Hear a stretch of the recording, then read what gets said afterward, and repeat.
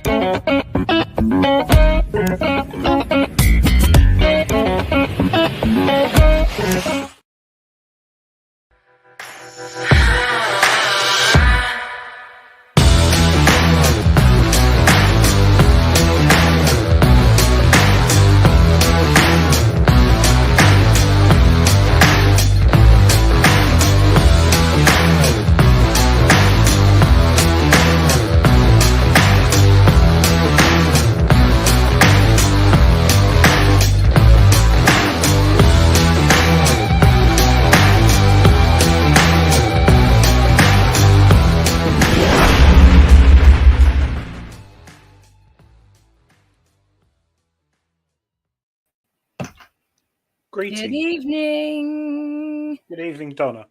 Hiya. Good evening, everyone. Doing? Thanks for joining us. No Dave again tonight, I'm afraid. He's still not well. He's been Poor signed Dave. off work for a long time. So those who don't know, he's got a dodgy gallbladder and he's been waiting for an operation, and it's making him very, very, very ill. But fortunately, he's going into hospital next week. So they'll take that out. That will save him a couple of stone. And he'll be on the show again soon, hopefully. So we're kindly joined by Donna tonight, who's part of the team anyway. And Donna's got a new webcam, so you can see her more clearly. I have. Do I look, I mean, gorgeous, youthful?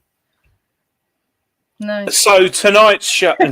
I was going to make a rude sign, but I'm not going to. Yeah, you got the leg end hat on. I have, yeah. I had a thought about hats today, actually, which I'm going to share with the treasure hunting team tomorrow, which I'm very excited about. But it's been a busy week, hasn't it, in the news? Loads. Yeah. Part of the show tonight is going to be about iron. And I think, Donna, do you want to explain why? Because we all were chatting. Hammered. It's because of the Melsonby Hoard. So, I mean, I had a really weird... I don't know if anyone else has seen it in the news, but this lucky lad, Peter Heads, found a hoard of mainly iron objects really close to Stanwick Hillfort. And I think that is Yorkshire way, somewhere up there. The Yorkshire Museum Trust are interested in acquiring it anyway. But it has turned out to be the biggest hoard of metal objects ever discovered in this country. And I had a thought about that, and I thought, gosh, you've got to be a really rubbish detectorist to not go, oh, that's big iron. I'll leave it alone. But on the other hand, you know, I mean, he dug it. He dug it. How many of us have walked over something like that? So I'm just going to read you the highlights because it was a long article that I read. But it's called the Melsonby Hoard. It was discovered by detectorist Peter Heads working close to the hill fort at Stanwick. And Stanwick Hill Fort is believed to be the seat of the famous Queen Cartamandua. And she was the queen of the Iron Age Brigantes tribe. It was excavated by Durham University. So I'm assuming that he got so far, realised it was important, and then called the archaeologists in. And the Yorkshire Museum are currently trying to raise £30,000 through a crowdfunding site to save it for their museum. I don't know why only £30,000. So hear me out. The hoard consists of chariots, weapons, and cauldrons. They're all part of a mass that are fused together, and the objects are still being interpreted as they excavate them from this massive big lump. It's the biggest hoard of Iron Age artifacts found in Britain so far. And to break it down, there are partial remains of 7 four-wheeled chariots, chariots with 2 wheels, and I think there are 2 of those, elaborate harness for 14 horses, 3 ceremonial spears, a mirror, furniture fittings, 2 ornate cauldrons, personal adornments, and a lot of the objects they think are similar in design to some that have been found in Denmark. And they think that the coral that is in some of the items is imported from the Mediterranean. So they're saying that it shows that there is a lot of travel, basically. So people are traveling. These things weren't just made in Britain. They've come from all over the place. It's said to be an unprecedented find for the north of the country, a time capsule of Iron Age Britain, buried in the 1st century at the time of the Roman conquest, and archaeologists think it was burnt before burial in a ritual to destroy it. Hate that word. Hate the idea that all of that would have been burnt and dumped. Whether it was burnt and destroyed and then put in a hole, but not deliberately, who can say? It cost £120,000 to excavate it. It is valued at £250,000, and it is going to cost a further £250,000 to conserve it.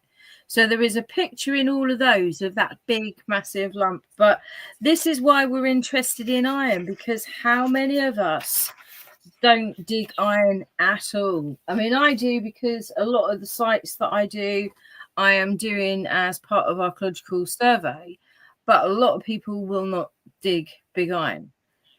No, and that is a very valid point, because, you know, metal detectors are designed to discriminate out iron predominantly,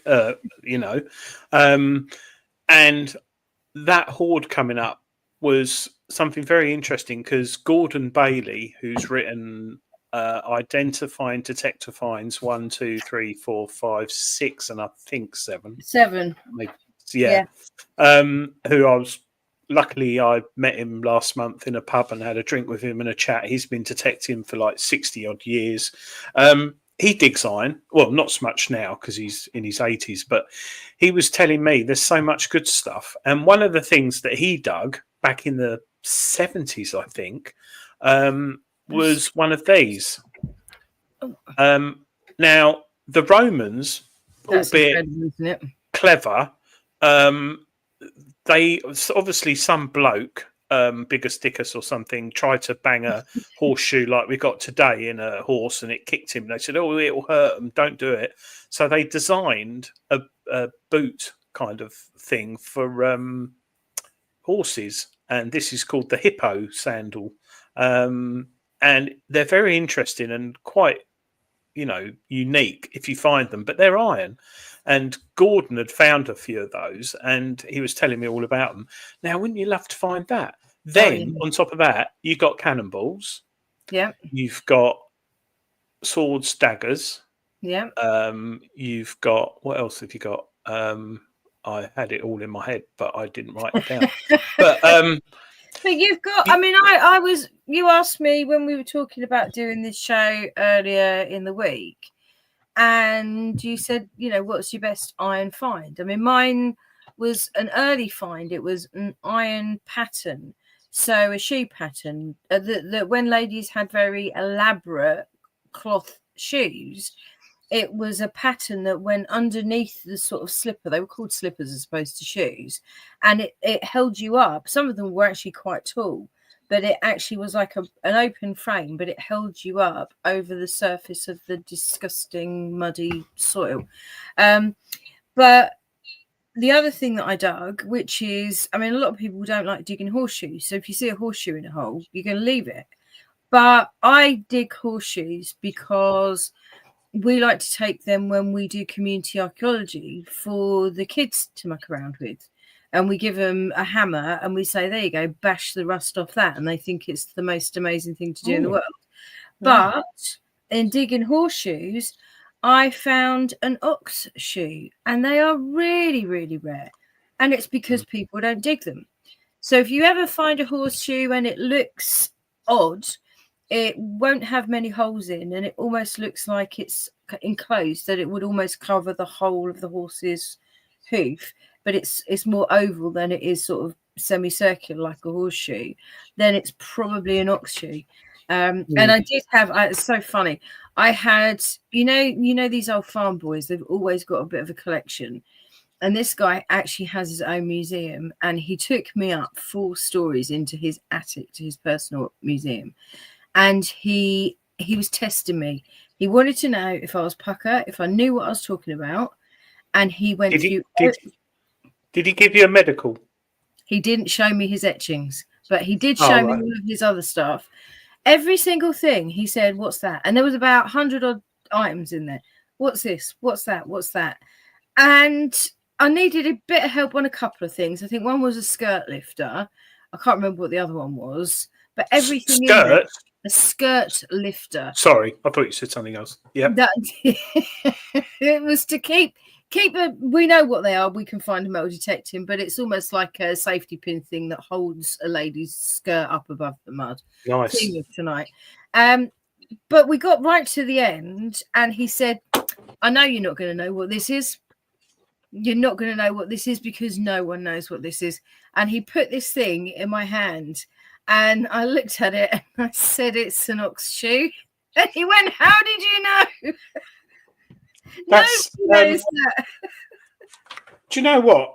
Skirt lifter, I could have sworn there was one in Treasure Hunting magazine this month. Maybe it's next month. Some of them are actually quite elaborate and some of them are actually really, really plain. Well, yeah. Skirt lifter. Got to be careful how you say that. You nowadays. do. I'm sure there was one. Yes. It's in this month's, which isn't out yet. Treasure Hunting magazine. Oh, that's nice. Who's on the front of that then? Look, win over £1,000 worth of books. Next month's Treasure Hunting magazine. Ooh. But I don't think I'm allowed to enter that. Yes. Yeah, and that's an elaborate one. So you can see it is like a bit like a pin. I did think I found one the other day, but it was a double loop buckle with half the loop was broken and twisted, which was a shame. It's good. Dav Sadler is in the chat. He said shirt lifter. Who's that? No, Dav, it's skirt lifter. I think he's a new viewer. I think he's probably from Ignore him. Somewhere else. But I think what we were getting at is, you know, I'm not saying let's have a big push and dig iron, but I went out today. Oh God, what weather!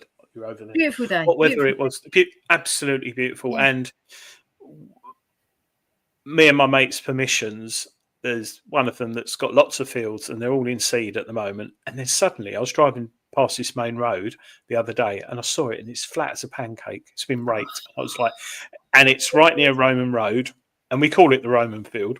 Yeah. And I looked at it, I thought, oh my God, I've got to get on there. So today I went out just before lunch, got there. It's beautiful, absolutely beautiful. And I took a couple of machines and it is a very noisy site, a Roman site, and it is just ridiculous. Actually, took one machine I'm doing a field test on at the moment. It's not a new, it's a newish machine, and I took the Deus 2 because I can play with that to my heart's content. And I whacked that in single frequency, not multi, 14. And oh my god, I showed you earlier. Yeah, you did good. But yeah, and I basically thought, right, I'm going to dig some iron today. I'm going to dig some iron. And I dug a horseshoe.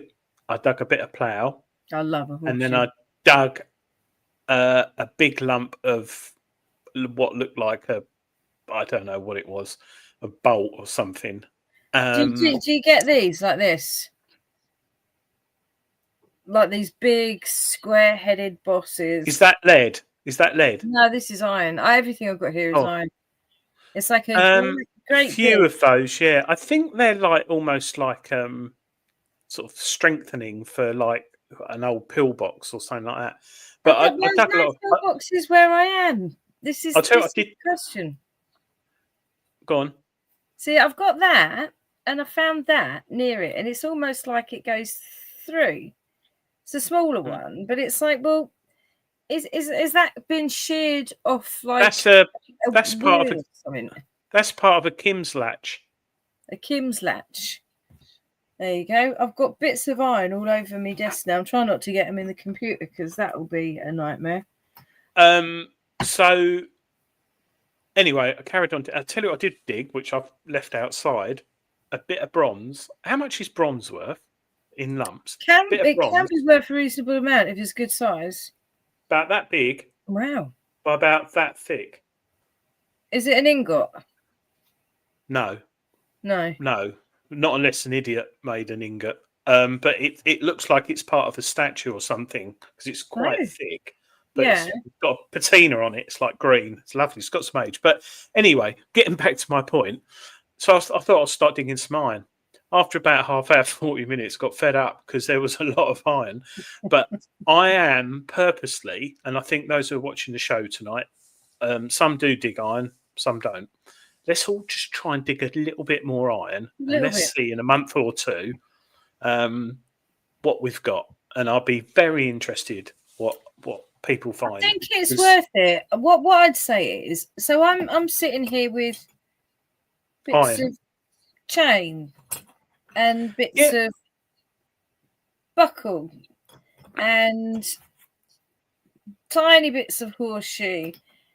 My big hammer. I got a really nice one actually at Rodney Kerr, which looks like a burnishing hammer. It's all like this one. Can you see? It's all pitted around the front, like almost like a burnishing hammer.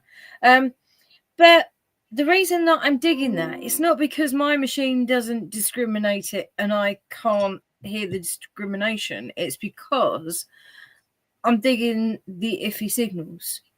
So sometimes when you get a little bit of a positive signal and you get a little bit of a grunt, it might just be deep iron, but it could also be something like you often say, Roman fib with an iron buckle. It could be something. Or next to iron.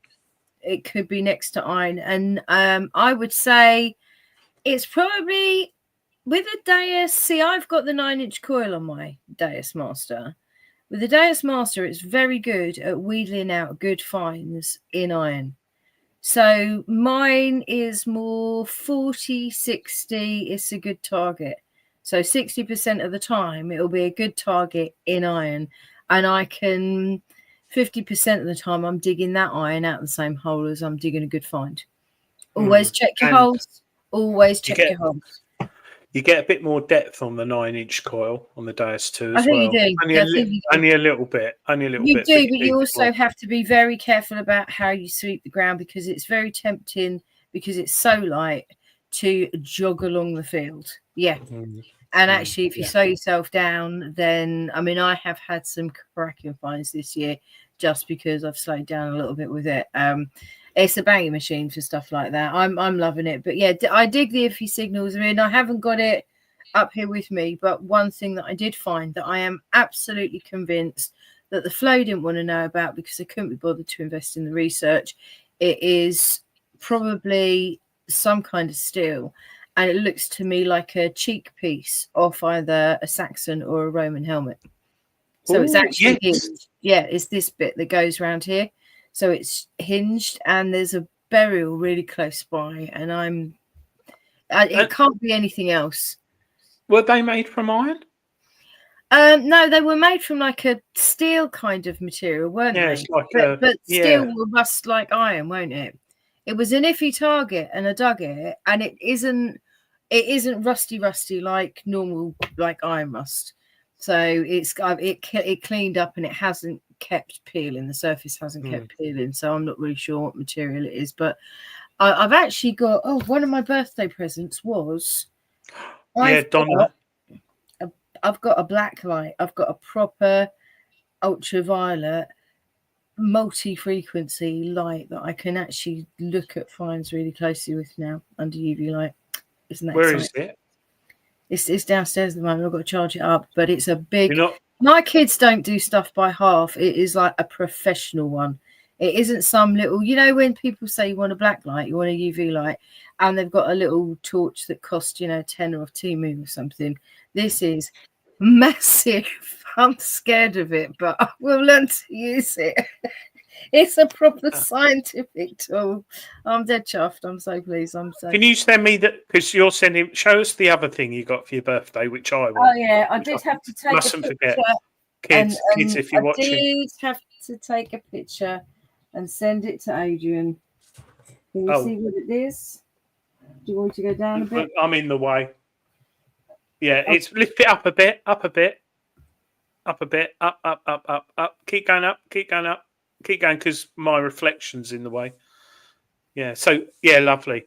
How cool is that? So a framed patent drawing of a metal detector. And it's Garrett. Is it Garrett? Yeah, Garrett, yeah. It's what is it?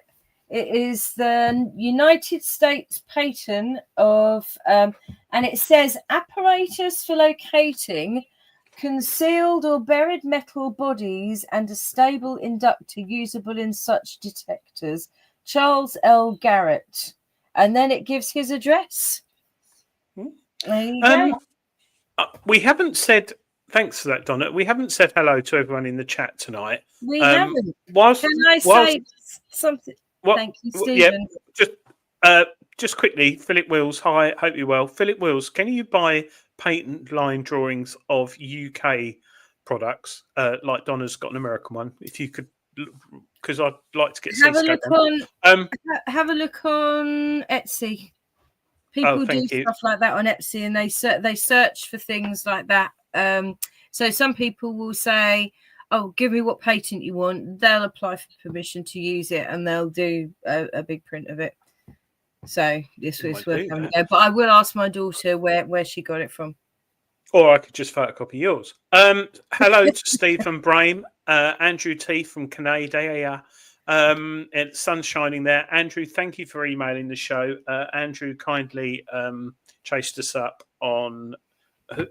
Missy Detectress Ellie. I've reached out to her today. She'll be coming on the show soon. So looking forward to that. And also Andrew gave us some really good links to some people in Canada, which we're going to contact soon because they sound really interesting and they're hopefully going to come on the show. And hello, Stephen Brame. They are expert. Philip Wills, obviously. Hello, Ian Greenall. Hello, Jim Painting. Hi, Jim. Hope you're well. Good evening, all. Late on as dad in hospital. Oh, bless him. Oh, Christ, twisted bowel. Oh, that's not good. Oh, they put horses down in twisted bowel. Yeah, have a drink, Jim.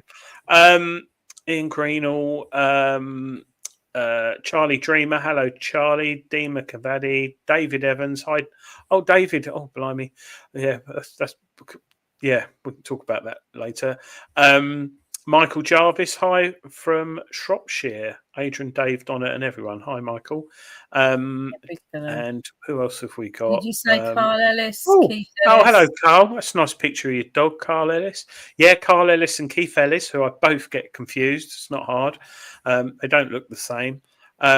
So, yeah, we got quite a Gareth Howard. Hi, Gareth. I hope you're well, mate. Make us laugh. Eagle-eyed DJ, we'll block him. Oh, Eagle-eyed DJ.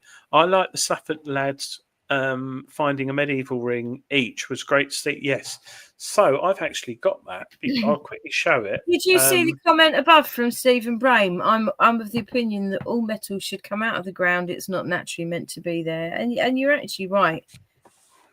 What kind of metal are these solar farms going to leave behind? Oh, well, I'll tell you what, if ever you've detected around electricity or telephone pylons or anything, given 10, 15 foot from them, there's always bits of nuts and bolts and nails. And you know that's when they put them up in the 70s or so, and it's just scattered everywhere. Yeah. Going back to what James was saying, this is Noonan's of Mayfair, who've got an auction house. And these two, it's a lovely story. I love it. Look at that. I love it. Look at it. It's a stunner. It would suit me as well. It's my kind of thing. And yeah, very nice rings they found that went to auction this week and went for 11,000 and 19,000, which well done to those two guys. But yeah, that was lovely. And Noonan's are we don't have any auction houses advertised on the show, I don't think, but Noonan's always get a good price. I sold a ring through them and it went mental. Well, I'll just say they're in Mayfair. They've got the budget to put behind the advertising and they'll do it properly. I mean, you can go. I think most people who auction houses, and we'd like to have an auction house on the show, wouldn't we? We have had Spink on before, and that was a great show, by the way. But Greg, from Spink. It's about your reach. A lot of people will be loyal to Noonan's. I know a couple of people who only go to Noonan's because of the reliability and the amount of research they do. Can I just thank Stephen Brame, please, because it was my birthday this week and I did have some sad news at the back end of last week, so it was really nice. This parcel arrived. I did have no idea what it was, and my daughter and her husband were here. And I said, I just don't know what it is. But I said, I really hope it's not broken because it was rattling. And they were both guessing. And between them, they had the idea that it might be a box of Maltesers. And I thought, well, who's sending me a giant box of Maltesers? It was Stephen Brame. And he sent me a beautiful card with beautiful words. And so thank you, Stephen. You don't know how much that meant to me because I was on a bit of a downer. So yeah, really, really appreciate that. And it's lovely for people to say nice things. It's not necessary because I do what I do because I love it, but it's just so nice to just, that gave me a real lift. But we didn't get to the bottom. We're going to say hello to James Barnes. You didn't say hello to your James. You just used his information. Lee Perrin is in. Ange is in. I saw Chrissy Detex in. John Clayton. Cheryl Dawes is in. Who else? Who's Dave Sadler? He's not been in the show before. I think he's from TikTok or something. Oh God, not one of those. I did say before, ban him. They're still going. It's nice to see everyone in. But busy chat tonight. Hope you're all saying nice things. I'm sorry I can't actually comment. We've got Found in the Ground. Hi. Hello, mate. All right. It's nice to see you and Chris. Chris, can I ask you a favour? You've got my email. Can you get in touch with me if you ever break a pot? I really would like to have some broken Roman pots for my community outreach so that I can get kids to stick them back together with masking tape. It is a lovely outreach game. I bet Donna ate all the Maltesers in one go, Jim said. Absolutely not. The law is, okay, do you play the Malteser game? No. Do you know what the Malteser game? Right, so box of Maltesers. You're not allowed to just put them in your mouth because if you do that, you're just going to put them in your mouth and then you're just going to suck them and you're just going to keep putting them in. and then you put a handful in, especially when it's the big books. You're only allowed to catch them in your mouth. So you have to throw them up in the air and catch them. And then they last way longer. I'll tell you what, your house must be fun on a hot day in the summer. Oh, that's from Christmas Eve. Oh, it looks like cat poo. You reckon Stuart would miss one? He'd have the sofa apart rather than leave one. So, yeah, where were we? We're talking about, last week was a bad week because you had some bad news. I had some bad news. Dave had some bad news. All in one day, wasn't it? We're like, oh, God. Too much. That reminds me, actually. I had a couple of bits of bad news. So, too much. No, don't want any more of that nonsense. I have got, anyway, can I go on with the news? Because there was a lot. Yes, sorry. We've been waffling on. And also the competition tonight. I would like to thank, so if I look a little bit clearer, that's thank you to Adrian for his birthday present to me. He sent me on a wild goose chase. Because you see, parcels don't just come addressed to Donna, they come addressed to Lady Martin. This one was Lady Martin at the egg painting station. No, it was the Egg Patriot Painting Society. Patriot Egg Painting. Yeah. And then he put the wrong address on it. So first thing the Not next on morning, purpose. when it should have arrived in time for Thursday's show, Friday morning, I was out bright and early, traipsing around Soham streets, looking for a picture of a front door because the picture it had been delivered to, or the front door it had been delivered to, was definitely not mine. Funny enough, I in the end, after half an hour or so of wandering around, I sent a message and said, "What address did you send it to?" And he showed me, and it was the wrong address. So I went back to said house that I had already taken a photograph of, and they had pinned this parcel to the top of their gate post with a nail.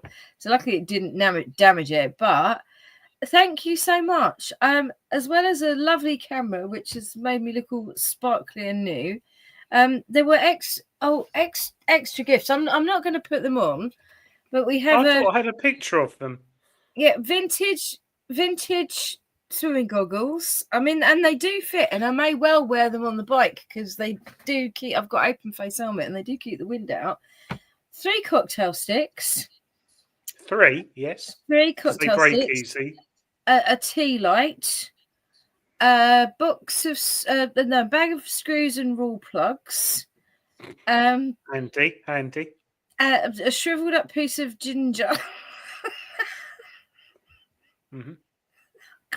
Was there a little picture of Adrian when he was about 20? Well, it wasn't that long ago. And I think I put a plaster in there as well. And I didn't find the plaster. That's probably stuck to my elbow or something. Yeah. So I think yes. So that was that. Tonight, sorry, you're talking about news. Your news isn't just your birthday. We've got other news, haven't we? I've got still loads. Yeah. I'll just let people know that we're giving away.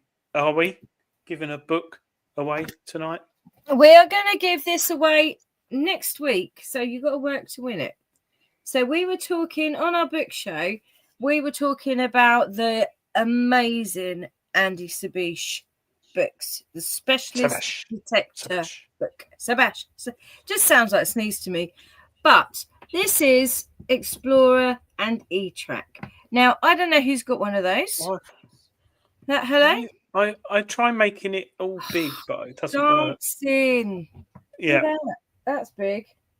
Now, that book isn't just about the Explorer and the E-Track, which were very, very popular machines in their day and still good machines. It's got a lot more detecting. Look how thick it is.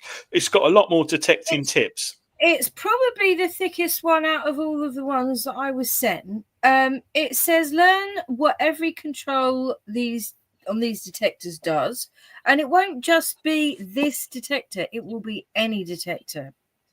Discover what new features can be found. Benefit from proven tips, techniques provided by veteran detectorists from around the world to make you more successful.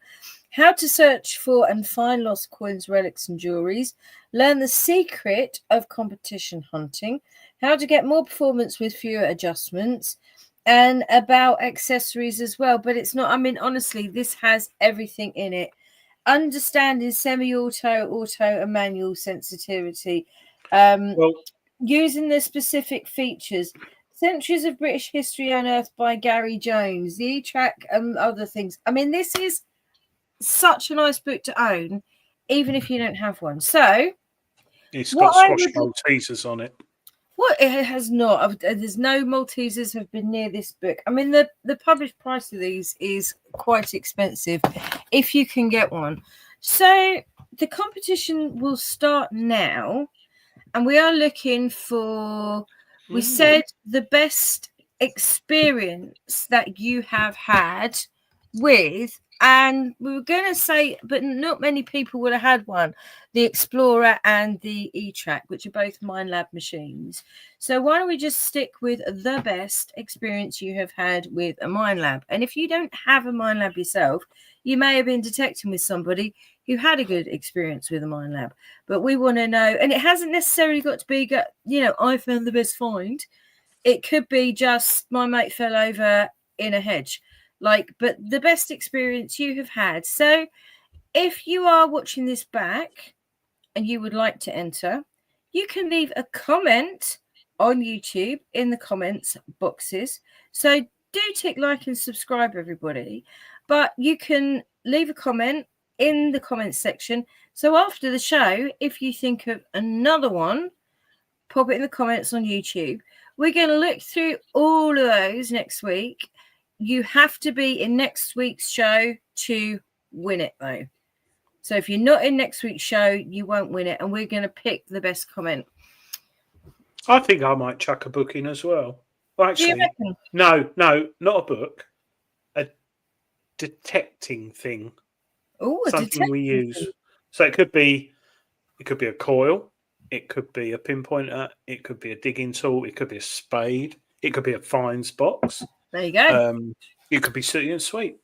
Am I allowed to say that nowadays? Anyway, so I should have had a Minelab hat on. I don't have a Minelab hat. If anyone wants to send me a Minelab hat, I don't have one. Well, the new Minelab ones that come with the new machines are very, very, very good hats. Actually, I've got my own treasure hunting hat which I wear just because I do.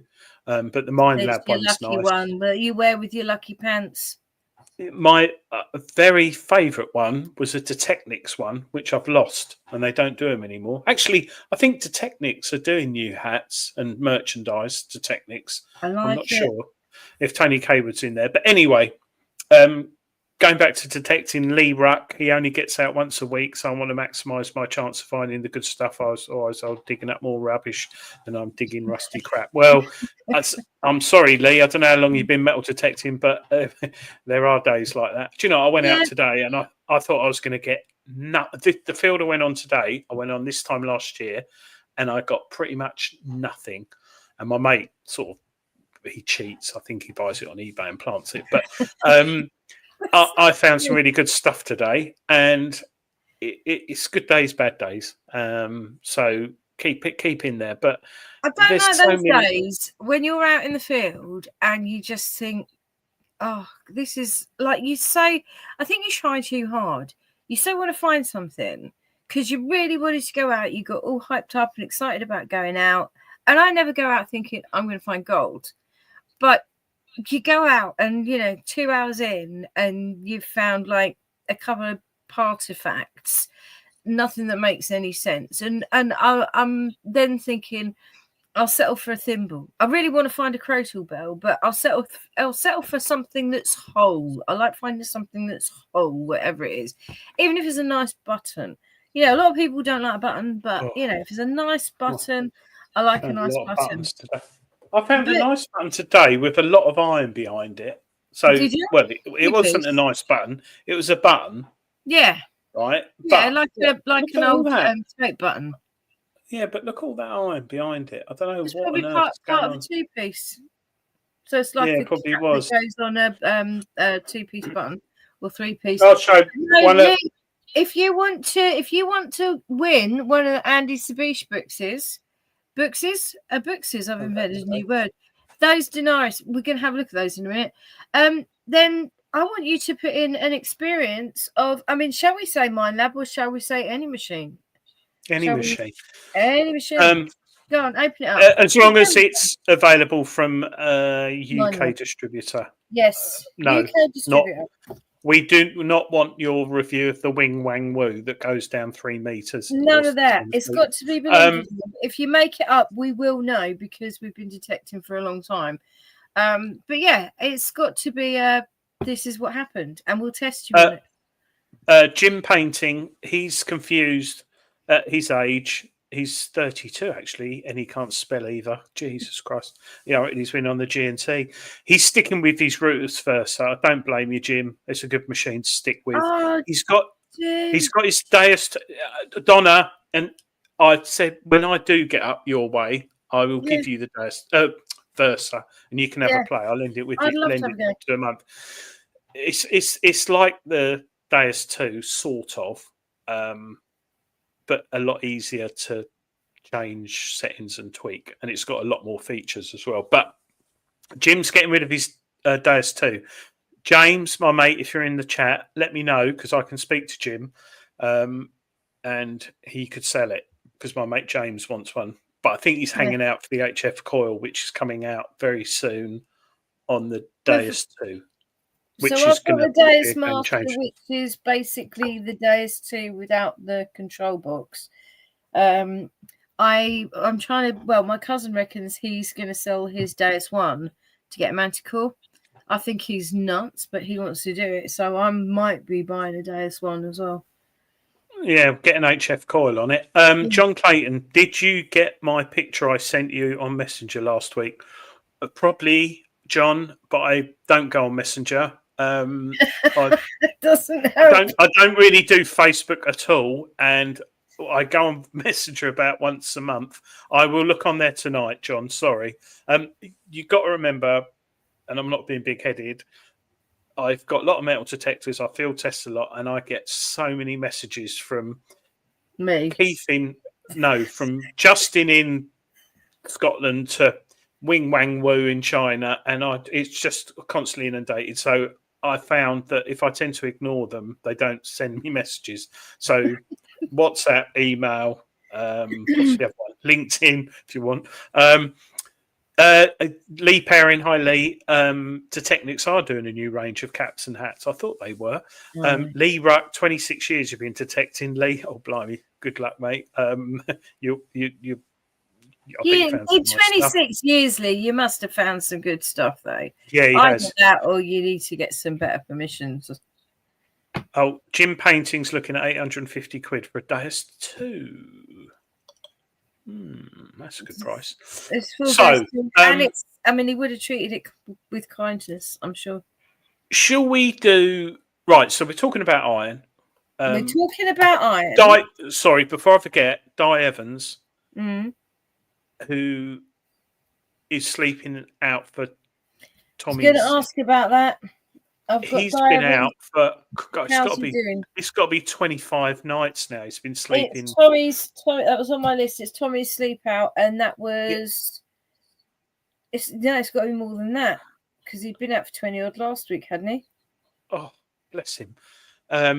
We need to promote that. I can't remember.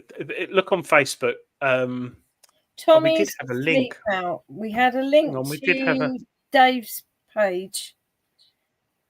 While we're talking about Dave's, can we just extend our congratulations because our Dave is not feeling great, but he was dragged out to support his son Mason, who won. It was a Young Person of the Year award this week.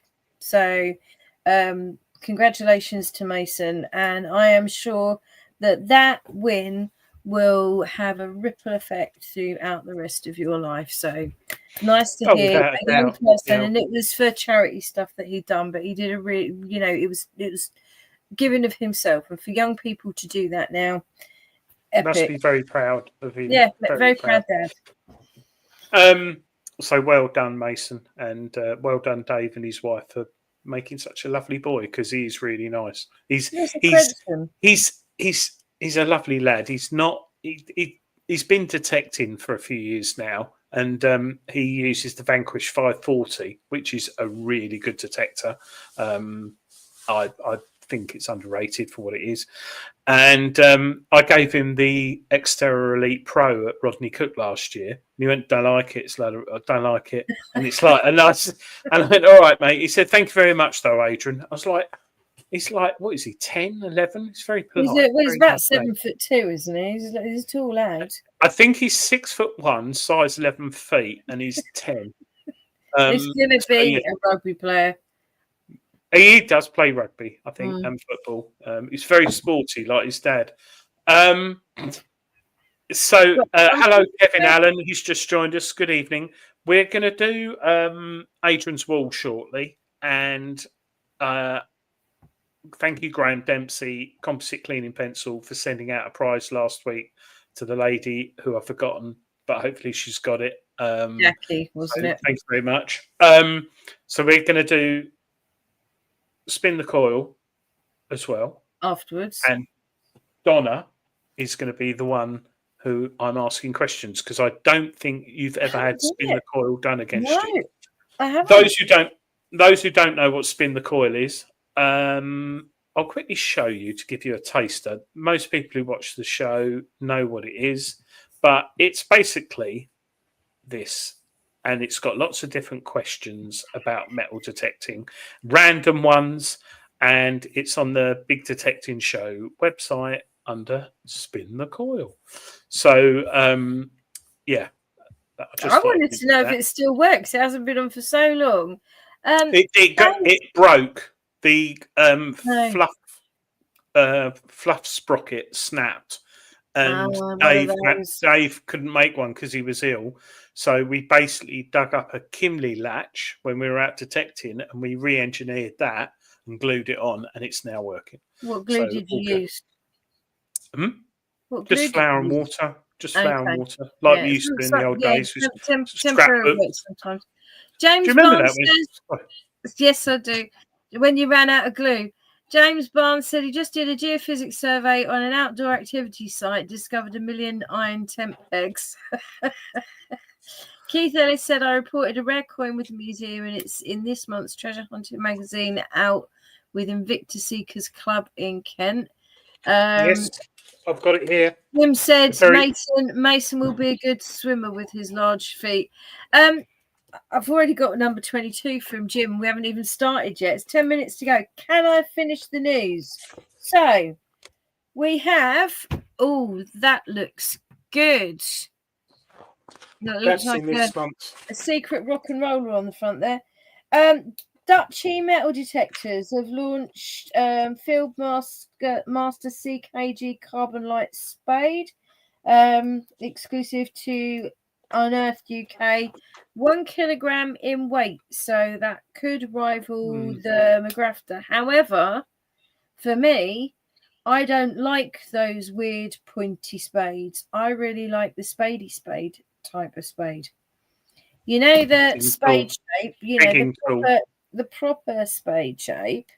Yeah. Digging tool. I don't like the funny. I do a lot of pasture. I need to dig a really nice big clod out, and the bigger spade shaped spades were a game changer for that. I don't want to dig out a little tiny tube, because then you keep having to dig out another bit, and then it's hard to put the clod back in. So so I mean, I'd like to know when people get those, what they think of them, if they work, if they last. Well, I did a bit. Sorry, I did a bit of research on that spade, and I found the company who make the composite carbon fiber shaft are based in China. And well, no, it's like everything. Not so much, isn't it? And I think with Trump's current tariffs, we're going to be buying more from China because it's cheaper than America. So get ready for it. But yeah, everybody buys from China. Everybody. I think it looks all right, that spade digging tool. Dave's hopefully getting one, but I'd be very interested how good it is, because I reckon it's going to be quite good. And it's only £60, I think. I'm always interested how it performed down here, Cambridgeshire clay, and you must be the same. Bit Lee tougher. Perrin will test it this week. Lee. Lee, let us know what you think. That would be really cool. Clay, like Donna said, clay, dry clay, wet clay is awful. Casey, Andrew T, get Casey from Excalibur Shovels on the show. Yes, I'll tell you who I'd like on the show as well. Excalibur Shovels, and also that other one that I keep forgetting from Canada or Belgium or wherever. I'm trying to think. You have to know their name. Yeah, it does help, doesn't it? Andrew T corrected me last time. I think they've got funky colours and something. LP sell them. I've forgotten the name, but Motley Tools. Thank you, Andrew T. Top man. Looks like we'll have quite a few contributors from overseas, and that will be nice actually, because we are here on the Big Detecting Show an international community, and we mustn't forget that. So Gold and Greed launches on Netflix. It's an eccentric man named Forrest Fenn sets off on a real-life treasure hunt when he hides, it says, but I think finds a chest of gold in the Rockies. So don't know what that's about. Haven't got Netflix. Somebody let us know if it's any good. Have you got a colour TV? Only just, yeah. I've actually been listening to, if anyone remembers the terrible story, not great for the hobby, about Powell and Leighton, who stole the Viking hoard, and them and one of the fences were actually convicted and got prison sentence. That story is still ongoing, and BBC Audio Productions have started a series on BBC Sounds called Fool's Gold, and that's looking into the nuts and bolts and the facts. I'm already livid about it, but that's worth a watch. We've had some rumours of a civil war hoard, and we're waiting to hear some more about that. There is a big civil war hoard that's come up. We have got Jelly Morgan. She's crowdfunding. Jelly, our lovely friend, is crowdfunding. She is going to be running. Can't wait for this. So how far can all of us run? No, it's walking. Sorry, it's not running. I thought it was running. It's walking. 50k ultra on the 12th of July for Emmy. And she's less than 4 months to go, training hard. She wants to hit a £1,000 target for sponsorship. And she said then she may do the last section in fancy dressed. And she's open for suggestions. So if anyone's got a suggestion, if you can pile enough money into her crowdfunding page, I suggest a fairy outfit with wings. What a girl. What a girl. Well, I'm really annoyed because I donated to that. You did? And hang on. I think I've got it. And I keep talking because I will find it. We can always pop it up on RCMD Mag. I'm sure Dave won't mind that. And then we had the Sutton Hoo news has just come in of a mould that was found in Denmark with a horse impression on it that they think is very similar to one of the horses that they believe, because it's not complete, was one of the embossed elements of the Sutton Hoo helmet. And if that is so, the guy who discovered this fragment of a mold and has just now researched it thinks that the Saxons and the Celts, the Britons, were on the periphery of a much more powerful Viking force. I think that is so much BS, but never mind. I think there are a lot of questions to be asked around that. I'd love to hear. I've been following the prehistory guys this week. I'd love to hear what the prehistory guys have to say. But if you look at this, it's in BBC News at the moment. If you have a look, I can't see any similarities between the mould and the horse on the Sutton Hoo helmet. It's almost sort of wishful thinking, poor research, but we'll see. I'm open to suggestions how that comes out. And then I've got one more bit of news, but we've just put Jelly's page up. How is she doing? She's £710.03. Yes, so I've just put the link. I've just put the link in the chat, but I don't think it's clickable. So you've got a. Can you highlight it? I can't do it. I can't do anything. But if we can get her up to £1,000 by the end of the show, that would be awesome. Philip Will said Boudica. Why is Philip saying Boudica? Gold on BBC Sound, the story of the Herefordshire horde, so-called detectorists. James Barnes. Thieves. Donna, do you have Amazon Prime as Netflix is free with it? No, Jim, because I hate being ripped off. Jim, I don't pay for anything. I'm a kept woman. I'm completely at the mercy of Donna. Do you use? We'll find out this more in a few minutes when we do spin the coil. But in the shower or bath, do you use soap or the shower gel in containers? I use special potions, mate. I thought you'd use soap because it's cheaper. I love soap. I am a massive fan of soap. In a survey about the difference between soap and squizzy dispenser soap that we all use, old bar of soap will actually, and this is scientifically proven, to be more effective in killing bacteria and cleaning your hands properly than the other one. And the reason why there's no difference between what germs each product will kill, it's because in order to get a lather on your hands from using soap, your hands are in contact with the soap for longer. So, and I use that, I always have done. And I mean, look at my skin, and I am 85. So, you know, I'm not doing too bad. Well, 86 now because you had your birthday this week.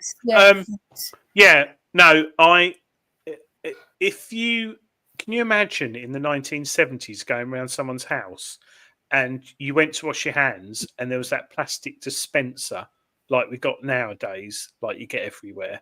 You'd think that'd be like nowadays the equivalent of having toilet paper individually in plastic bags, sheets. It's just ludicrous. And I shouldn't moan because do you know how expensive proper soap is though? We pay like £4 for a bar of soap. Yeah, but you've got the nearest shop to you is like 30 miles away. Yeah, we have it imported from Italy, and it's made of goat's milk, that kind of stuff. I've got, before we do Adrian's Wool, we've got one more bit of news, and that was the Guardian reported on the Catalan 2 hoard. And that is the mystery of Jersey's huge Iron Age hoard. Archaeologists identify a possible Celtic settlement, and you're not allowed to say that anymore, it's Iron Age settlement, on the island, and believe the trove was hurriedly transported there. Archaeologists have long been trying to answer the question as to why a hoard of about 70,000 silver coins and 11 torques and jewellery was unearthed in a field near Le Catan in the Grouville district of Jersey. Recent geophysical surveys suggest an Iron Age settlement, and suggesting that Jersey may not have been a backwater in the Iron Age. Who knew? Detectives Reg Mead reported the treasure worth $4.25 million, which is now housed at La Hogue Bee Museum in Jersey. The hoard thought to originate in the ancient French region of Armorica, and that's modern-day Brittany, with links to the Coriosalatai tribe, or Corios meaning warrior or army, may have been deliberately hidden on the island at the onset of the Roman invasion of France. I'm not sure that's true.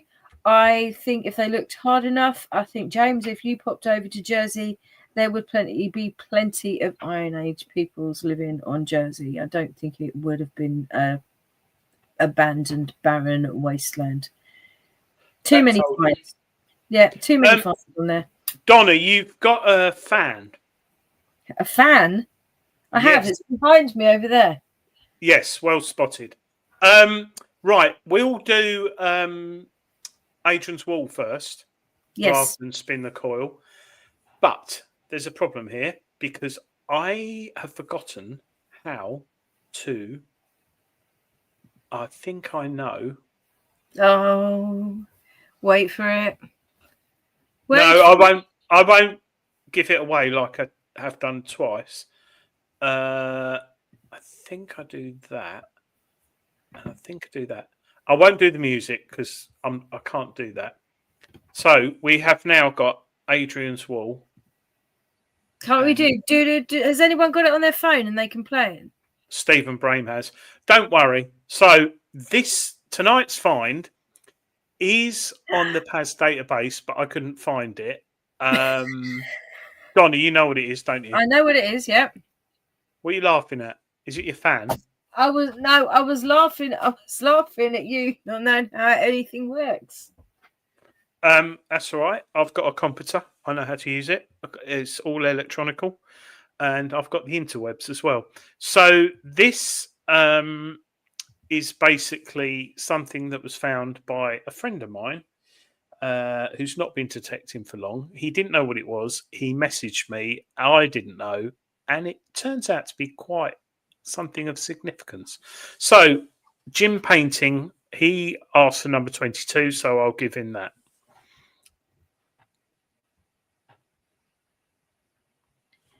Hello? Now, Jim Painting asked for 22. John Clayton, a number 20. Sorry, I was trying to find what you said it was because I've forgotten. Kevin Allen, 12. 20. And Kevin Allen said 12. Oh, see, that looks so nice, doesn't it? Eagle Eye DJ says a pendant. Nick Berry Art says cat badge. Carl Ellis says number 10. We've got Number Philip 10. with button, Philip Willis with chain. You know what it is, Donna, don't you? Can't remember. It's a bit of something. Oh, I do know what it is. And I know what it's, part of, horse mount, no. Iron Age chain link, no. Dave Sadler said horse mount. Why is he getting? Dean McAvady, Iron Age chain link, no. Eagle Eye DJ said sausage, go away. Jacqueline Walker, bracelet. She's trying to win twice. It's not a bracelet. We're going to go for number 6 because nobody's putting any numbers in. They're all getting a bit too carried away. Have we got a prize for the Adrian's Wall this week? Michael Jarvis bangle, Keith Ellis earring, Selkirk Detectorist talk. No one close at the moment. It's an interesting thing. We can say it's part of something, but it's not the whole thing. Zoomorphic ring. What on earth would make you think that, John Clayton? That's a very silly suggestion. Nearly more silly than sausage. Kevin Allen at number 13. Clay chain, Philip Wills. Donny, you can't mock the viewers. Oh, sorry. I love the man who's looking for a window. Give him a mirror. Ah, yes, this is true. I know all about these things. And also, zoomorphic is about an animal. It's not an animal. Cufflink, Philip Wills, Daggerlink. Oh, Paul Tongue. You're nearly there. Embossing stamp, Andrew T. Earring. Oh, Daggerlink is very close, you know. Jim Panting says number 11. I've got 2 earrings, one from Stephen Brame as well. Have I missed anyone? No. We'll have number 15. Looks like a human hand on there. Hanging chandelier chain, says Dean McAvady.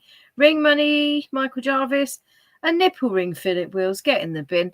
Oh, no. That's next week. Oh, dagger chape, Selkirk Detectorists. Chape hanger. We can give it to Nick Berry Art. I mean, that is nearly that close. Oh, Nick Berry. He is such a legend. And Nose ring, Stephen Brame. Look at that. It's a scabbard. It's off a scabbard. Isn't that cool? That is very, very nice. Yeah. It's not quite a sword hanger, Kevin Allen. You're a bit late. It's very interesting. A complete gilded silver and gold early medieval, Anglo-Saxon early sword pommel fitting consisting of 2 linked ringed shaped components. The primary, we'll go on. It's basically very interesting because they're not quite sure, I think, to this day, what they did. Some say it was to give balance because the sword obviously went through the manufacturer. It might have needed some new balance on it. Some say it might have had something attached to it. It might have had lots of things. Why would they think linked. it's balance? Well, it's a bit like a sports car today, isn't it? You know, But if it's Formula balance, One. you just weld a bit on it. You wouldn't have a ring. I mean, Well, a ring is always an attachment loop. But the sword this person belonged to would have been. I don't want another bit of metal stuck on there. Make something extravagant. But you would have from that loop. You would probably have a chain attached to something else. And Possibly, it would but be. That's what the archaeologists said. You're right. So Stephen well done. Stunning. It is well done. Nick Berry, I'm assuming somebody has your contact details. Yeah, Christ, I think so. He's bloody. You don't actually win that as a prize, can I say? You can't actually. No, no. It's currently going through the TVC Treasure Valuation Committee. It's a really nice thing. Yeah, Every now and then you find something like that. You just find something, and when I said at the beginning of the show, I really like to find something whole. Every now and then you just find something that is, well, it's got a story to tell. Yeah, but it's like when you open the biscuit tin and there's a broken biscuit. I don't want a broken one. I want a full one. Oh, I do, because they're free. Life. Broken biscuits are actually free. They've got no calories. That's true. So, yeah, thank you and well done for doing that. And well done to my mate Gary, who found that. What is wrong with Andrew T? Andrew T's been on the bevies tonight.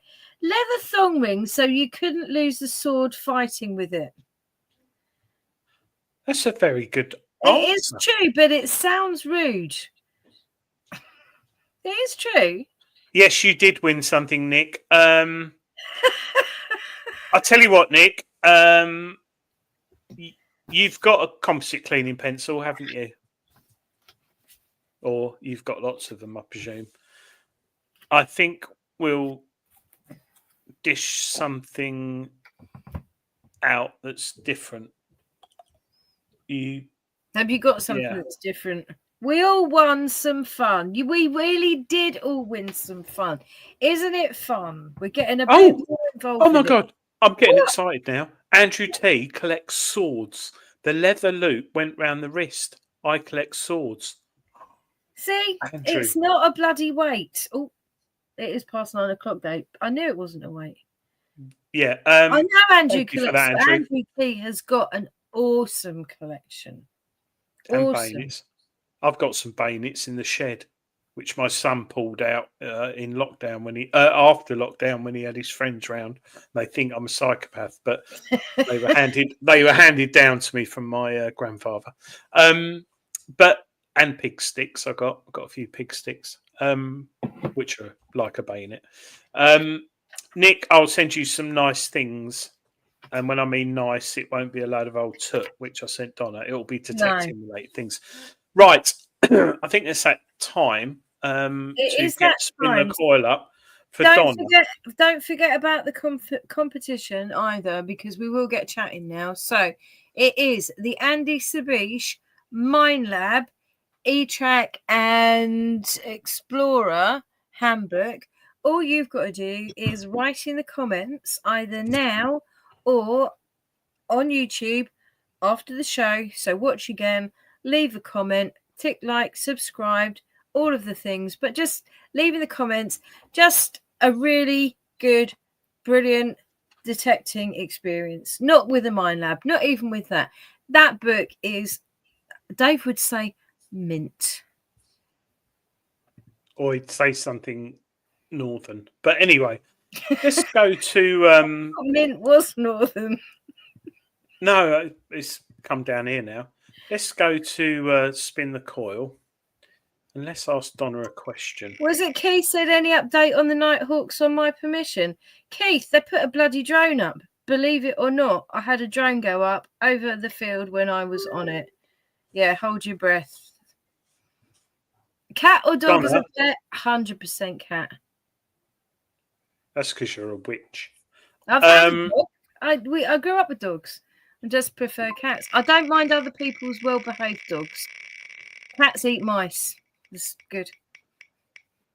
Some dogs do. Yeah, but that's messy. The last time I tried it, do you know what? If you make Sir Stuart walk in front of you, you never do because he will first. He's like a magnet. But when was the last, Donna, you're avoiding the question. When was the last time this happened? I don't actually remember. Did you use a stick? Cat poo? Yes, because every now and then my neighbour's cat will poo. I've got chippings down as paths in my woodland area in my garden, and my neighbour's cat does like to think of that as a toilet. So cat poo is probably a couple of weeks ago. Nil point for that because you didn't answer it. Yeah. Oh, no, I can't tell you because I don't know. I've got no idea. Oh, I can tell you. Years ago. I've got a diary for it. It's a long time ago. Oh, favourite sound. Do you know what? I love this. Is so silly.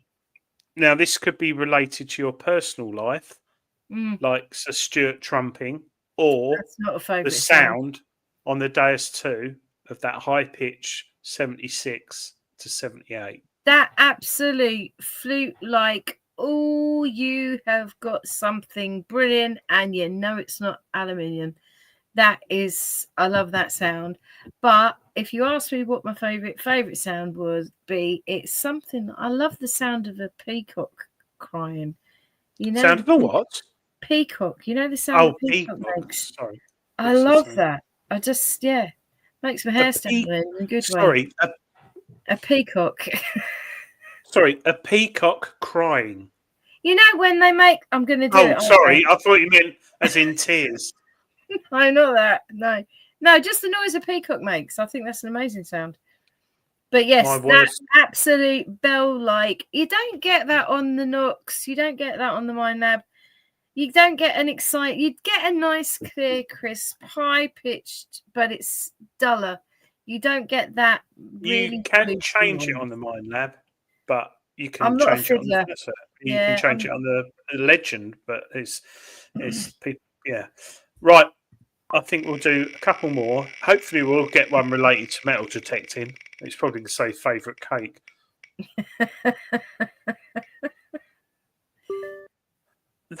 Oh no, I didn't. You're desperate to know the answer. You didn't. I bet you put that one on there. I didn't do any of them. Oh. See, I knew you were going to ask me that. No. Now, this is a good one. This is Dave's favourite one, and I know. You've probably got an Arga. It's the second one in from the right. What, top right? So second one in at the back from the right. It's not right. It's totally wrong. I'm right-handed. Totally wrong. I am right-handed. Yes. The left so depends, you see. If I want to simmer, I have to use the left back hob. If I want to boil, I have to use the left front hob. If I want to do normal cooking, it's the middle one is the wok hob. If I need to do normal cooking, it is the yeah, right. Jesus Christ. Have to cook with Donna. Right, last one. Actually, I'm going to do. You're going to cheat. Do you know what? A short. I bet you men's pants. I bet you wear your husband. Tell you a story. So when we were when I worked at English Heritage, this is true, boys, close your ears. So obviously dressed very nicely and professionally in the English Heritage office, and we used to have our office was an old stable block, and it had trees surrounding it, and if you had the windows open in the summertime, you used to get lots of wasps in. And we realised that, do you remember the civil service used to use these massive brown manila envelopes back in the day, like board envelopes? They were absolutely brilliant for swatting wasps. So this particular day, with this persistent wasp in the office, and the young girl who was doing the admin was having a breakdown over it, and I said, look, I'll get it out. So I had quite a tight skirt, and I had to hoik my skirt up to climb on the desk to whack this wasp out of the window. And when I turned around, I said, it's gone now. I turned around to get down, and she was literally on the floor crying with laughter. And I said, what's wrong, Paris? What's wrong? And she was going, your pants! Your pants! And I just looked at her and I went, Bridget Jones? Yes! I'm glad I'm not a woman, because I think if I was, I'd wear big pants. I wouldn't wear a G-string. You know what? Can't Tony K would. Line. I know Tony K would go for panty line. Can't do panty line. Tony Kaywood said to me, because he bent over at Detect for about 3 years ago, and he bent over and like it was sunny, and it was like my eyes just went blind. I was like, "What's going on?" He had this Diamante like G-string on with a little V at the back. I said, "Why on earth are you wearing that?" He said, "Mate, when you're out in the field, it's all about control." And I went, "What do you mean?" He said, "It's all about movement." He said he reckons he gains an extra 3 to 4% in manoeuvrability from wearing a Diamante thong than pants. And he said times that by digging 100 holes, which he does, mainly buttons. He said it improves his detecting experience, and he reckons he digs an extra 3 or 4 holes a day compared to the average detectorist. Yeah. So there's obviously a method in his madness. I would honestly say even the coolest gals are not going to go detecting in a thong, because all of that bending over, it would be like cheese wire. Yeah. I think if there was a YouTuber who was a lady in this male-dominated hobby who did wear a thong or a G-string and it was shown, it would go viral, sadly. I'm not hinting. Did you see John Clayton's comments? Adrian. Harry H. Corbett is selling off all the City and Sweet puppets. He said he just wanted them off his hands. Is that serious, John? Oh, is that what you messaged me? He just wants them off his hands. It's a joke. Oh, he's gutted now. Absolutely gutted. John, that's good. I'd love Butch. Oh, we were just talking about a thong. Sorry, Stephen, but I just was scrolling up the comments to see. Welcome to the Big Detecting Show, where we're talking about thongs. No, but Stephen Brames said, "Don't be cutting your bread with it." But he was talking to Andrew T about a bayonet. I read it as thong. Sorry. I've only had half a gin as well. What is the world coming to? I've had a lovely day.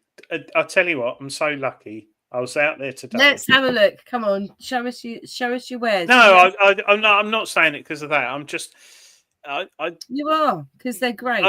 No, I'm not. I'm just woke up today. I'm very fortunate. I've got a nice family.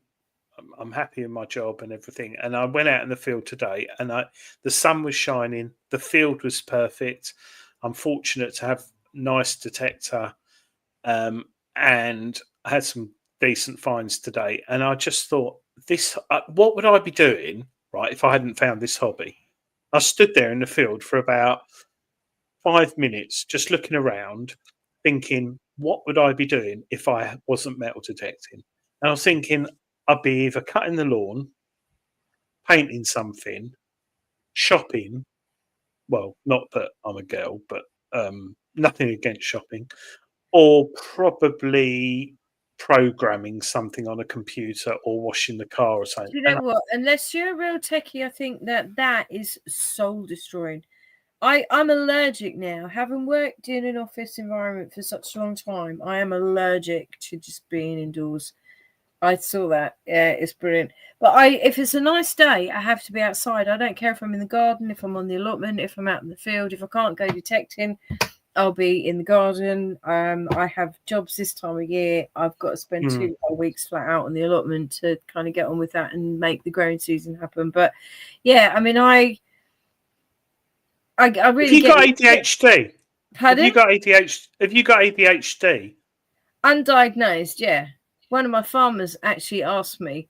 He said, "Do you think you've got ADHD?" And nobody had ever mentioned it ever in my life. And I've known this guy for 30 years, and he said it out of the blue about a year ago. And he just said, "Donna, do you think you've got ADHD?" And without even thinking, I went, "Yep." It made perfect sense. Sorry. Who's prancing about in front of the mirror? In front of a mirror wearing women's knickers. Is that Philip Wills you're talking to, Gareth? Why did the thumb cross? This is not a joke one. We're not giving prizes for jokes. Well, I think we might. We did one. Well, we did, and we'll have to do that again. I thought Gareth was going to win it, but he didn't. I reckon he was absolute. I reckon he was up in his shed banging nails in wood all night with anger. We'll do. Well, I still have, because can I just say the Andy, you call him Sabash, is Sabish, but Shabish, like hush. But this guy writes the best books, and Regton sent me a stack of books, and I am giving away quite a lot of them. Some of them I can't bear to part with, but I want to review them before I give them away. So, and I'm not just going to review a book, like look at the cover and go, "Oh yeah, that's the book, review it." I'm going to review a book because I'm going to read it and handle it and look at it and feel the quality of it and give a review. If you read one of my reviews, I will guarantee 100% it is what it says. They tell no lies. I don't like it when people say, "Oh yeah, it was really great. You know, picked up a book and looked at the front cover and it was shiny." That isn't a review. A review is do it properly. Be like you having a detector and going, "Yeah, looks all right." Fine. You know, blag it. I've got a book that I was reading.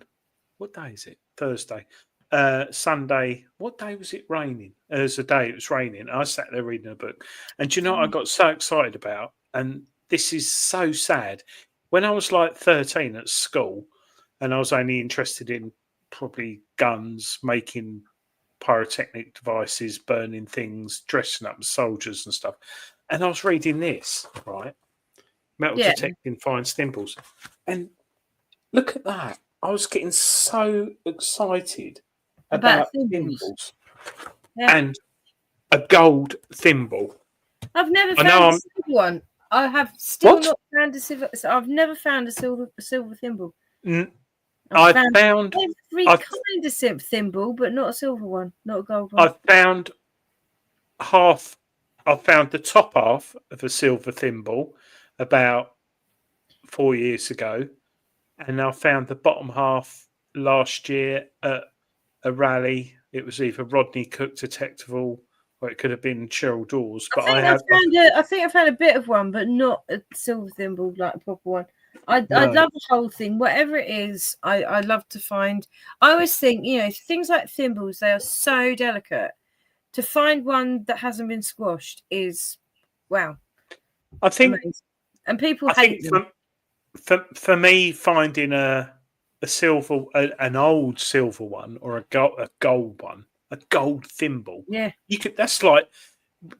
Pomsey says, whoever used the gold thimble, okay, Pomsey, you know these objets d'art that they have on Antiques Roadshow, the little ladies' sewing kits, they quite often contained a gold or silver thimble. So if they had gold handles on the implements, then they would have a gold thimble in them as well. So they would be like a little sewing case, and it would be enameled and have a lid on it, gold around the outside, and gold contents. Anyway, why did you ask me if I got ADHD? Because it's a very personal question. Sorry, not on spin the wheel. Sorry, Gareth Howard's put Dad's upstairs again, getting excited about thimbles. Yeah, but that's his son, isn't it? You go, "Oh, look at this thimble," and he's like, "Oh, for God's sake." I won't say it on here because it's rude, but my son sometimes looks at me and goes, "What the have you on that? Why are you?" And I think, "Oh, he's right, absolute retard." But it's a very interesting point Pomsey said, because thimbles were used for sewing, and that is the sort of thing you would have got your servant or minor peasant to do for you. So But ladies that's did almost needlework. Ladies did needlework. They had a sewing case, and they produced beautiful. I mean, it was something to show off. So you didn't have a radio, you didn't have a telly. You sat beside the fire, drinking a little tipple of something, and chatting while the blokes were in the billiard room, you know, smoking cigars and drinking and having a fantastic time. And yeah, embroidery was a sign of wealth and not needing to work. It was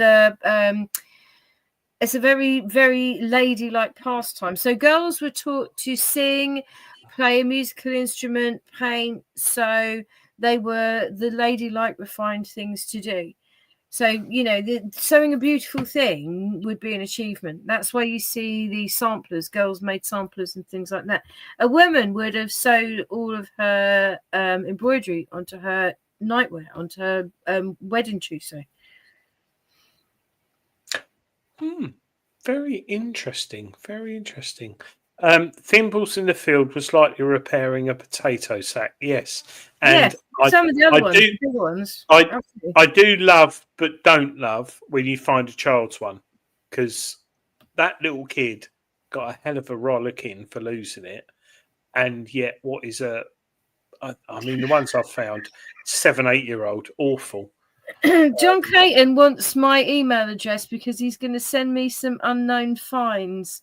Should I be worried? Yeah. No, he'll send you pictures. Oh no, John's good, but Donna is. I will say this: if you've got his contact, pass it on to him, and then he can get in touch with me independently. Yeah, because Donna is very, very good at identifying things. I send her pictures and she comes back and says, "What's that?" And I had something today actually, which I thought was a hat pin, like that, and I thought, and it's like silver, and it's not as heavy as silver, but it's not aluminium, and we decided that it was a bit of a it's probably a sprue or something, or melted off a plane or something. Yeah. Well, Donna, what would you say that is? Don't know. Turn it around. Oh, a ring thing. It depends. Do you clean them up? So, no. Right, there. You see, these can be mistaken. If it's got a divot in it, which I sort of can see it'd be an annular brooch. If it hasn't, it could be a rain guide. It could be any kind of strap junction or anything. That is a very good example of. Let's just give it. Because it's, I found some. I was cleaning one up today, actually. I haven't got it upstairs. I was cleaning one up today, which I looked at it, had wear on one side, and I thought that is exactly what the profile would be if it's a really worn out rain guide. And when I looked at it, it wasn't. It was an annular brooch. Yes. So you get some that have got markings in. Yeah, you do have to look carefully, and please clean them. Please don't just chuck your finds in the bin. I think Jason's not in the chat tonight, is he? Dark Knight Detectorist, but he found one of those. You know, those 4-hole shirt buttons. If you really look closely at those, and clean them carefully, look closely. Some of them have local manufacturers because people had their shirts made by tailors. Tailors had their own buttons. It will give you the name of like a local tailor shop. So we get quite a lot around here that are Goldings of Newmarket that are on like 19th century buttons. You know, it's really wonderful piece of local history. There's an interesting story there that Julian Evan Hart told me, and he's told probably a few people. He was out detecting in the area in Saudi Arabia where Lawrence of Arabia was. Jordan, wasn't he? Yeah. Yeah. And he was out detecting and he found a button and he thought, oh, and he cleaned it up. That's okay, Stephen, by the way. Thank you. That on there was a manufacturer, and Jules thought, "Oh, I'll look that up," and he found it, and it was a button manufacturer in Saffron Walden in Essex. No. In Really? Saudi, yeah. That's And nuts. he traced Did it back. off his and shirt, did it? no. He has Velcro because he has trouble. And they basically were making buttons for that army at that time. That's awesome, isn't it? Though. Yeah. I mean, that is anyway. that is a really good example of that. We have to go. It's time to go. Do you know what? It's flown by. I hope it's flown by for you guys. It hasn't been too boring and chatty. Farmer's wife sewed in the field because the light was so bad indoors. Also meant they were close to their husbands. Yes and no, Andrew T. They took their husband's docky out to them. They would have had about 12 children to look after back at home, so they couldn't be in the field. Anyone interested in learning knowledge of what you know, where would they start? Young. Keith, start young and then read everything. Watch everything. I don't know. I have a very good visual memory, Keith, and I am absolutely obsessed with learning as well. I don't know anything that's important though. Ask me what I need to get for dinner, and you know that kind of thing slips my mind. Shall we tell them next week's show is Understanding Your Detector? Is it? Over to you, Adrian.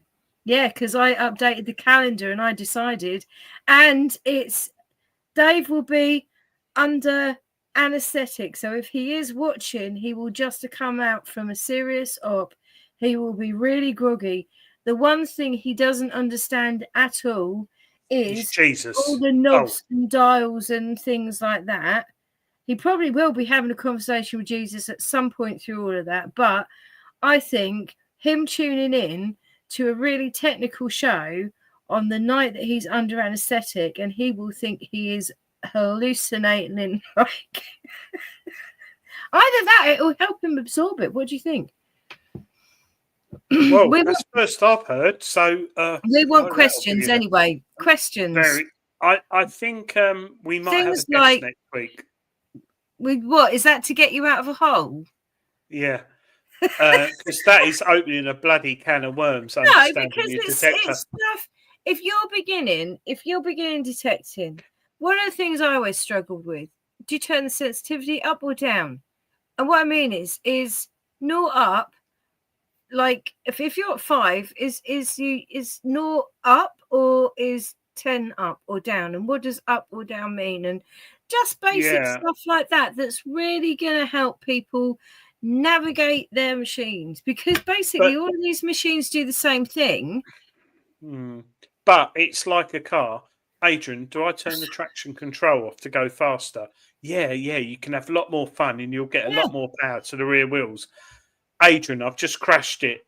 Why? It was raining. So there's a lot of pros and cons. But you can't crash a metal detector, just saying. You can trip over it. No, but you can totally screw it up with the wrong settings, which a lot of people did with the Manticore. With the Manticore, a lot of people did factory reset. But yeah, if we don't do Understanding Your Detecting, we will have a guest. And then fingers crossed for Dave. Fingers crossed for Dave. Good luck, Dave. And the following week we have got Alan Baxter, Scottish detectorist, who is good. He's just written a new book about, it's called Making History, His Life as a Scottish Detectorist. So that's not next week, that's the week after. And I have just put my darling friend Adrian, who bought me a lovely camera, in the hot seat for next week, I think. I love you. Thank you. Right. Time to put my reading glasses on, and thank you all for watching. Thank you, guys. We'll see you next week. Good luck, Dave. Good luck, Dave. We love you.